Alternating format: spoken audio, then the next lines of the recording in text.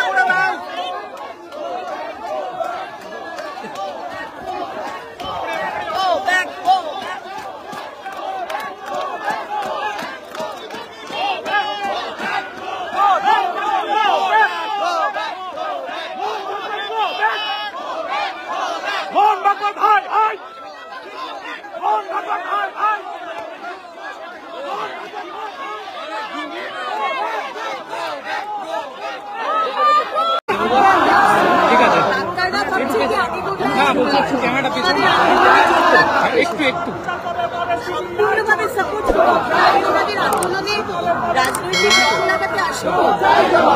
আমার 12টার সময় press conference, আমার এখানে কাজ আছে, এটা আমার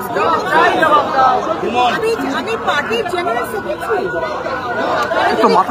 বন্ধ করে দেন, একদিকটা খোলা রাখুন, পুলিশকে জিজ্ঞেস করলাম দুদিকটাই বন্ধ, তাহলে আমার অগত্যা আমাকে ওনাদের মাঝখান দিয়ে আসতে হচ্ছে। তাদের বুঝতে হবে আমরা সম্পূর্ণভাবে ভারতীয় জনতা পার্টির প্রতিটা নেতৃত্ব, প্রতিটা কার্যকর্তা আজকে জুনিয়র ডাক্তারদের এই আন্দোলনে আছে। তারা আমাকে গো ব্যাক বলুন, তারা আমাকে যাই বলুন, আমি দিদিভাই হিসেবে তাদের পাশে আছি। আর তাদের আন্দোলনে রং লাগাতে, রাজনৈতিক রং লাগাতে আসি। আমি এসেছি আমার তাদেরও বোঝা উচিত যে আজকে যারা আসছেন কাজে এই রাস্তাতে, তাদেরকে যেতে হবে। আমরা কোনো রাজনৈতিক মানে কোনো এজেন্ডা দিয়ে ওই রাস্তা দিয়ে আসছি না, আমরা কোনো কাজে আসতেই হবে। কোথাও একটা ভুল বোঝাবুঝি হয়েছে। যিনি সেটিং তত্ত্ব তুলছেন প্লাস সিবিআই কি করছে সেটাও আপনাকে দেখে জানতে চাইছি। দেখুন, সিবিআই দিদিকে এদিক ঘুরে 5 দিন বাদে কেস পেয়েছে, বুঝতেই পারছেন। 5 দিন এখানে বলা হয়েছিল ক্রুশিয়াল টাইম। আজকে যে কোনো টেস্ট করার, যে কোনো ইনভেস্টিগেশনের ফার্স্ট 5 আওয়ার্স, প্রথম 5 ঘন্টা সিবিআই বলছে। সেই 5 ঘন্টা তো ছেড়েই দিন, 5 দিন বাদে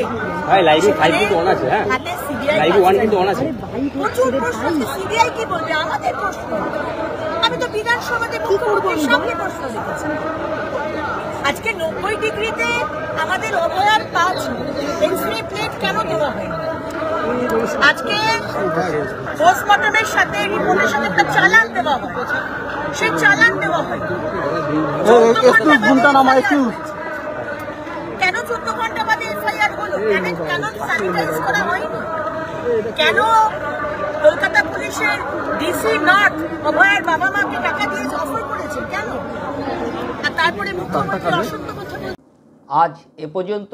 সঙ্গে রাখুন 24 ঘন্টা ইন্ডিয়া টিভি, দেখতে থাকুন সব জেলার সব খবর সবার আগে 24 ঘন্টা ইন্ডিয়া টিভির পর্দায়। নমস্কার।